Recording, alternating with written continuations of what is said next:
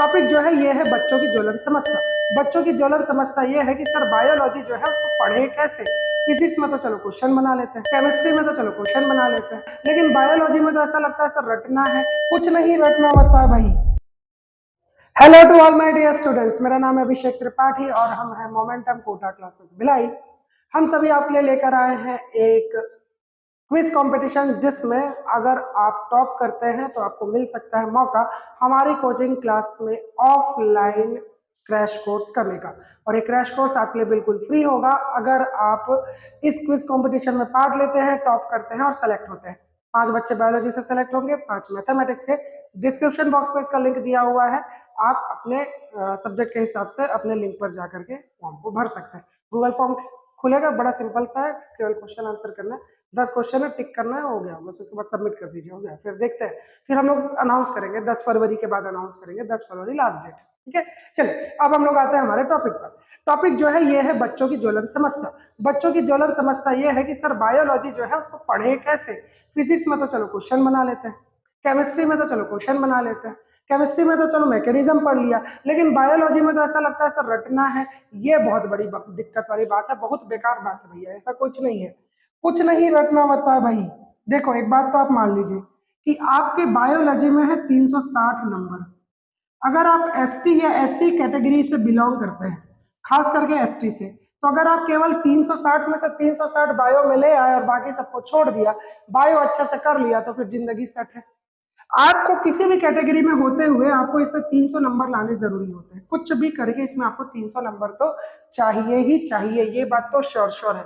एक बात याद रखिएगा, छत्तीसगढ़ में ओबीसी को, जनरल को या फिर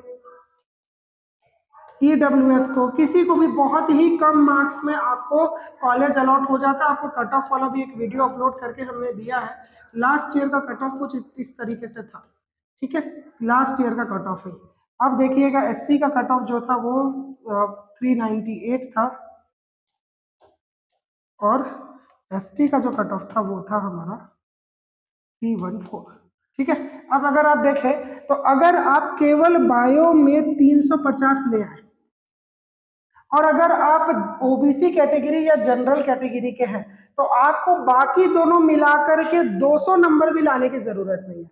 बाकी दोनों मिलाकर के अगर आप 160 170 भी ले आते हैं, 75 नंबर, 80 नंबर का क्वेश्चन बना लेते हैं, मतलब 50% फिजिक्स 50% केमिस्ट्री, या तो 80% 90% केमिस्ट्री बना लीजिएगा, बाकी का फिजिक्स बना लीजिएगा। अगर आप इतना कर लेते हैं, इतना कर लिए, तो आपका कट ऑफ जो है वो आराम से क्रॉस हो जाएगा। यहीं पे अगर आप 180 नंबर ले आते हैं तो 8 5 13 हो जाएगा। 530 आपको श्योर श्योर कॉलेज देगा। 530 आंख बंद करके कॉलेज देगा। 350 चाहिए। बायो में थोड़ा कम होने पर इधर बढ़ेगा, इधर बढ़ने पर इधर कम होगा, और इसके बावजूद अगर आपका ये नंबर 340 भी जा रहा है और ये 160 भी जा रहा है तो ये लगभग 500 नंबर होते हैं, ठीक है। इसमें भी इस साल चांस है क्योंकि नए सीट्स आ रही है। नई सीट आने के कारण इसमें भी चांस है, मतलब आपका बायोलॉजी बहुत इंपॉर्टेंट है। अगर आप किसी और कैटेगरी से तो बहुत ज्यादा आसान है आपके लिए, तो आप बहुत आराम से समझ सकते हैं कि आपके लिए बायोलॉजी बहुत अच्छे से कर लेना ही काफी है। एसटी कैटेगरी से अगर आप आते हैं तो केवल बायोलॉजी पढ़िए, 360 अच्छे से बनाइए। 360 में से 330 335 भी आ जाता है, फिजिक्स केमिस्ट्री छोड़ देंगे तो भी आपका सिलेक्शन होगा, जो कि हम रेकमेंड नहीं करते हैं। लेकिन अगर किसी को फिजिक्स में बहुत दिक्कत है, केमिस्ट्री बायो पढ़ लो, सिलेक्शन ले लो, कोई दिक्कत नहीं है, सिर्फ बायोलॉजी के बेसिस पे, ठीक है। तो अब इसको पढ़ना कैसा है, ये बहुत इंपॉर्टेंट है। पढ़ना ऐसा है कि आप क्या करते हैं, आप लोग याद करते हैं। बायोलॉजी याद करने का नहीं है, बायोलॉजी इमेजिन करने का है, बायोलॉजी देखने का है, बायोलॉजी समझने का है। बायोलॉजी जो है वो उसको अपने अंदर ऐसे आत्मसात करने का सब्जेक्ट है। कभी भी ये मत सोचिए कि मुझे पढ़ना है, रटना है। साइंटिस्ट का नाम रटना पड़ सकता है, साइंटिस्ट के नाम के अलावा कुछ और याद करने की जरूरत नहीं होती है। साइंटिस्ट का नाम है, बुक का नाम चले, बुक का नाम रटना पड़ सकता है, लेकिन कभी भी आपको सारा टॉपिक नहीं रटना पड़ सकता है, ठीक है। चलिए तो एक काम करते हैं, अब क्योंकि हम लोग का पेपर पास आ गया है, आपने अपने कोचिंग क्लास में जहां भी आपने एडमिशन लिया होगा, ऑनलाइन पढ़ा होगा, सेल्फ स्टडी किया होगा, स्कूल से पढ़े होंगे, कहीं ना कहीं से पढ़ लिया। अब क्या करेंगे, प्रीवियस ईयर क्वेश्चन हम भी सॉल्व करा रहे हैं, टॉपिक वाइज, चैप्टर वाइज। अब हो सकता है आपके पास कोई बुक हो, ऑनलाइन निकाल लीजिए या फिर हमारे वीडियोस में से निकाल लीजिए। आप ये देख लीजिए कि आपका जो भी एक चैप्टर है, जैसे मान लीजिए चैप्टर जो है वो है मॉर्फोलॉजी ऑफ प्लांट, ठीक। अब एक चैप्टर का मैं एग्जांपल दे रहा हूँ, बाकी चैप्टर आप समझिएगा कि कैसे करना है। मैं एक का ही एग्जांपल दूंगा, वीडियो छोटा रखना है, बहुत लंबा हो जाएगा तो आप लोग बोर हो जाओगे, ठीक है। तो मॉर्फोलॉजी ऑफ प्लांट क्या है, अब इसमें आपको सबसे पहले क्या चेक करना है, क्योंकि अब एग्जाम्स पास आ रहे हैं ना, क्लास तो लग नहीं रही होगी, अब खत्म होने वाली होगी, तो आपके पास ज्यादा समय है नहीं। सबसे पहले ये देखिए कि ये चैप्टर अगर आपने पढ़ लिया है, आपको कोचिंग में, स्कूल में, जहां भी आपको पढ़ाया गया है, पढ़ लिया है और आपने एक बार सेल्फ स्टडी कर ली है, ठीक है। इसके बाद आप निकालिएगा प्रीवियस ईयर्स क्वेश्चन या फिर किसी भी अच्छी सी बुक, हम लोग किसी को रेकमेंड नहीं कर रहे, लेकिन आप किसी भी एक अच्छी सी बुक को आप निकाल लीजिए, जिसमें केवल जरूरी नहीं प्रीवियस ईयर्स हो, ये एक सैंपल पेपर जैसा कोई बुक आप निकाल लीजिए, सैंपल पेपर निकाल लीजिए, हो सके तो दोनों निकाल लीजिए और इसके बाद इसको सॉल्व करके देखिए, ठीक है। सॉल्व करके देखिए, अब मान लीजिए इस चैप्टर में से मुझे लगता है 100 क्वेश्चन निकल जाएंगे, उस बुक में, उस पेपर में, किसी में भी 100 क्वेश्चन निकल जाएंगे। 100 में से अगर आपके 80 बन रहे हैं तो ठीक, नहीं बन रहे हैं तो आपको फिर अब मेहनत कैसे करना देखते हैं, और 80 बन रहे हैं तो 100 कैसे करना है उसको देखते हैं। अब ये करने से आपको क्या समझ में आएगा कि आपकी तैयारी कैसी है।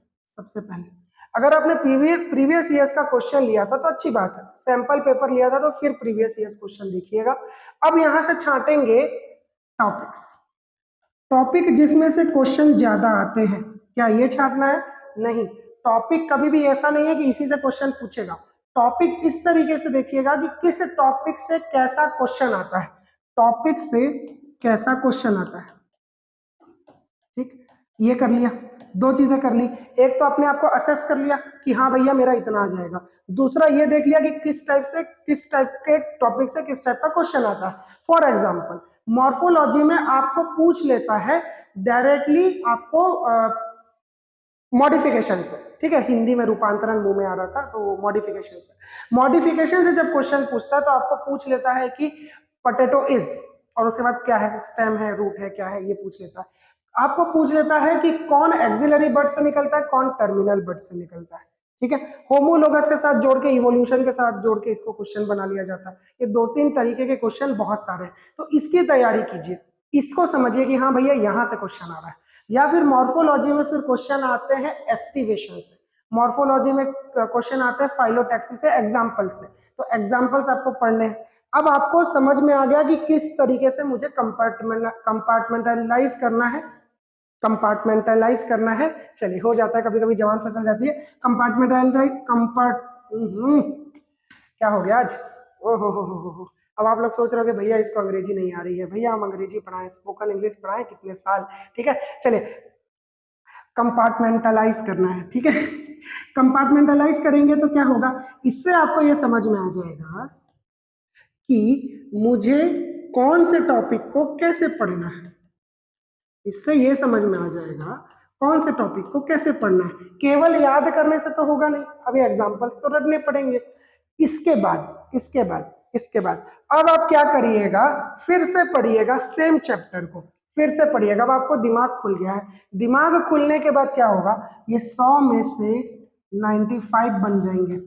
5 गलत होने की संभावना है, 100 में से 100 भी बन सकते हैं, लेकिन दूसरा क्वेश्चन पेपर लीजिएगा, सेम ले लेंगे तो आपको तो आंसर मालूम है। दूसरा क्वेश्चन पेपर लीजिएगा, 95 बन जाएंगे, और 95 जब बन जाएंगे तो आप मान लीजिए कि आपकी तैयारी पूरी हो गई है, ठीक है। अब इस चैप्टर को छोड़ देंगे, एकदम सिंपल सा, दूसरे किसी चैप्टर पर आएंगे। अब दूसरे चैप्टर पर भी आएंगे और सेम चीज करेंगे। अब ये तो हो गया केवल क्वेश्चन देखने के बाद। इसके अलावा जब पढ़ना होता है, पढ़ते टाइम अपने माइंडसेट को कैसे रखना है, ये इंपॉर्टेंट है। जब आप पढ़ रहे हैं तो रटना नहीं, याद नहीं करना, आपको केवल एक टॉपिक पकड़ना है, ठीक है। क्या करना है, टॉपिक पकड़ना। याद करने का मतलब ही रटना हो जाता है, आपको केवल एक टॉपिक पकड़ना है, आपको उसको मेमोराइज करना है। अभी मेमोराइज को अगर आप याद करना ट्रांसलेट कर लोगे तो वो अलग बात है, मेमोराइज करना है मतलब आपको अपने दिमाग में बैठाना है। तो आप क्या करिएगा, आपने पढ़ लिया कि जैसे आलू जो है वो स्टेम होता है, या फिर प्याज जो है वो स्टेम होता है, प्याज का जो हिस्सा हम खाते हैं वो उसकी पत्तियां होती है, आलू का छिलका पत्ती होती है। ये दो चार चीजें आपने देख ली और उसके बाद 5-10 मिनट घूमते फिरते उसको याद करते रहो, बार बार उसको दिमाग में घुमाते रहो, ठीक है। अब इससे खुद को बार बार क्वेश्चन पूछो। रात को सोने के पहले जो भी आपने वो चैप्टर पढ़ा है उसको एक बार रिवाइज कर लो अपने मन के अंदर, और एक बार देखिए कि जो जो आपने पढ़ा था वो लिंक हो पा रहा है या नहीं हो पा रहा है। ये रटना नहीं हुआ, ये हुआ आपके दिमाग को ट्रेन करना। रटना क्या है कि पुस्तक पढ़े जा रहे हैं, पढ़े जा रहे हैं, पढ़े जा रहे हैं, आंख बंद करके पढ़े जा रहे हैं, वो उसका न्यूमेरिक्स बना बना के पढ़ा जा रहा है, कुछ भी किया जा रहा है, इससे दिमाग खराब हो जाएगा आपका। आप कितना निमोनिक्स याद करिएगा। आपको न्यूमोनिक्स नहीं याद करना है, आपको याद करना है कि वो टॉपिक कैसा है। और टॉपिक को याद करने का बहुत अच्छा तरीका है, अपनी आंखों के सामने देखिए, डिजिटल जमाना है, यूट्यूब पे उसके वीडियोस देखिए। वीडियोस टीचर के पढ़ाने वाले वीडियोस नहीं। जैसे कि मान लीजिए आपने पढ़ा सेल डिवीजन में प्रोफेज है, मेटाफेज है, एनाफेज है, टेलोफेज है, बहुत देख लिया। वो पूरा होते हुए एनिमेशन, किसी भी टॉपिक को लिखिए उसके बाद एनिमेशन टाइप कर दीजिए, यूट्यूब में सर्च करिए, आपको मिल जाएगा, ठीक है। आंखों के सामने देखिए, आपको समझ में आएगा, अच्छा ऐसा होता है, अच्छा वैसा होता है। अगर आपको कोई बोल रहा है कि ये प्लांट ऐसा दिखता है, इसमें फाइलोटैक्सी ऑपोजिट है, तो ऑपोजिट फाइलोटैक्सी है। अब मान लीजिए जैसे मान लीजिए कैलोट्रोपिस बहुत जगह एग्जाम्पल बनता है, कैलोट्रोपिस बहुत जगह एग्जाम्पल बनता है, तो कैलोट्रोपिस के पौधे को देख लो, आसपास होगा, नहीं होगा तो फोटो निकाल के देख लो, फोटो दिमाग में रहेगी। तो जब भी आपके सामने क्वेश्चन आएगा तो ऑपोजिट फाइलोटैक्सी है, ऑपोजिट फाइलोटैक्सी है, ऑपोजिट फाइलोटैक्सी है, उसमें जो फ्लावर खिलता है उसमें एस्टिवेशन जो है वो कैसा है, ये सारी चीजें याद हो जाएंगी। ये सारी चीजें आराम से याद हो जाएंगी। कैसे याद हो जाएंगी? इमेजिन करके, दिमाग में बैठा के, रट के और याद करके नहीं। तो पढ़ते टाइम आप दिमाग में बैठाएंगे, चीजों को देखेंगे, अपनी आंखों के सामने देखेंगे। अगर आपको 1 घंटे में एक चैप्टर कंप्लीट होता है, अभी 1 घंटा 15 मिनट लगेगा, उससे ज्यादा नहीं लगेगा आपको सर्च करके देखने में, जबकि धीरे धीरे समय कम हो जाएगा क्योंकि आप कम समय में ज्यादा चीजें पढ़ पाओगे। फिर आप 1 घंटे में 2 चैप्टर पढ़ पाओगे। इससे होगा क्या कि आपका दिमाग सेट हो गया, आपने क्वेश्चन सॉल्व किया, आपको ये समझ में आ गया क्वेश्चन कैसे बन रहा है, कि क्या जिस तरीके से मैंने इमेजिन करके पढ़ा है क्वेश्चन बन पा रहा है। क्वेश्चन बन पा रहा है तो अच्छी बात है, नहीं बन पा रहा है तो एक बार याद करना पड़ेगा। और इस तरीके से आप 1 चैप्टर कंप्लीट करेंगे, 2 चैप्टर कंप्लीट करेंगे, 3 चैप्टर कंप्लीट करेंगे। और बहुत से चैप्टर बहुत इजी होते हैं, बहुत सिंपल सिंपल क्वेश्चन होते हैं। जैसे एक्सक्रीशन का जो चैप्टर है वो बहुत ज्यादा इजी चैप्टर है ना। उसमें से सेम टॉपिक से बार बार क्वेश्चन आते हैं, वही वही क्वेश्चन रिपीट होते हैं, तो ये वाले चैप्टर्स बहुत आराम से हो जाएंगे। तो इस तरीके से आपका कॉन्फिडेंस बूस्टअप होगा। लेकिन हाँ, आपको अपना टाइम और एक्यूरेसी बढ़ाना पड़ेगा, आपको ज्यादा समय देना पड़ेगा। 7-8 घंटे की पढ़ाई तो मिनिमम है, इससे ज्यादा अगर आप दे देते हैं तो बहुत अच्छी बात है। तो क्या करिए, आप इमेजिन करिए, एनिमेशंस देखिए, फिर क्वेश्चन सॉल्व करिए, फिर क्वेश्चंस को एनालाइज करिए, गलतियां कहां पर हो रही है ये देखिए। और गलतियां हमेशा एक जगह पर होगी, एक तरीके के क्वेश्चन में होगी, रीजन असर्शन में हो गई, या फिर डायग्राम वाले क्वेश्चन में हो गई, या फिर केवल ट्रू फॉल्स में हो गई, या आपका मिस्टेक का एक पैटर्न हो जाएगा कि भैया मैं एक वर्ड छूट जाता है, पढ़ते पढ़ते ना एक वर्ड छूट जाता है, उस वर्ड के कारण में क्वेश्चन गलत हो जाता है। तो ये मिस्टेक्स आपको समझ में आएंगी। उसके बाद आप अपने आप को एनालाइज करेंगे, फिर उसके बाद चैप्टर को एक बार रिवाइज करेंगे और फिर दूसरा टेस्ट सीरीज देंगे, फिर देखिएगा आपका किस तरीके से तैयारी चलते जाता है। और केवल इसी में ज्यादा समय दे दिया ना तो बहुत बढ़िया नंबर आ जाएंगे। फिजिक्स केमिस्ट्री को भी टाइम देना है ताकि आपको एम्स के लेवल का, या फिर अगर कुछ नहीं तो पीटीजीएनएम के लेवल का मार्क्स आ जाए, आपको किसी बहुत अच्छे कॉलेज में जाने मिल जाए। लेकिन अगर आप ऐसा लग रहा है कि इस साल होगा या नहीं होगा, उस लेवल के बच्चों के लिए ये बहुत अच्छा तरीका है, बायो पर फोकस करिए, बाकियों पर थोड़ा थोड़ा समय दीजिए। फिजिक्स बहुत वीक है, केमिस्ट्री अच्छे से आ नहीं रहा है, तो आप बायो पर फोकस करिए, आपका सिलेक्शन हो जाएगा, साल बर्बाद नहीं होगा। सिलेक्शन लेना नहीं लेना वो आपके ऊपर है, ठीक है। चलिए, तो ये तो वीडियो कैसा लगा बताइएगा। इसके अलावा और भी कुछ टिप्स मैं आपको आगे देता रहूंगा। आज के वीडियो में केवल इतना ही। लाइक कीजिए, शेयर कीजिए, सब्सक्राइब कीजिए, अगले वीडियो का इंतजार करिए। और आज के लिए थैंक यू वेरी मच।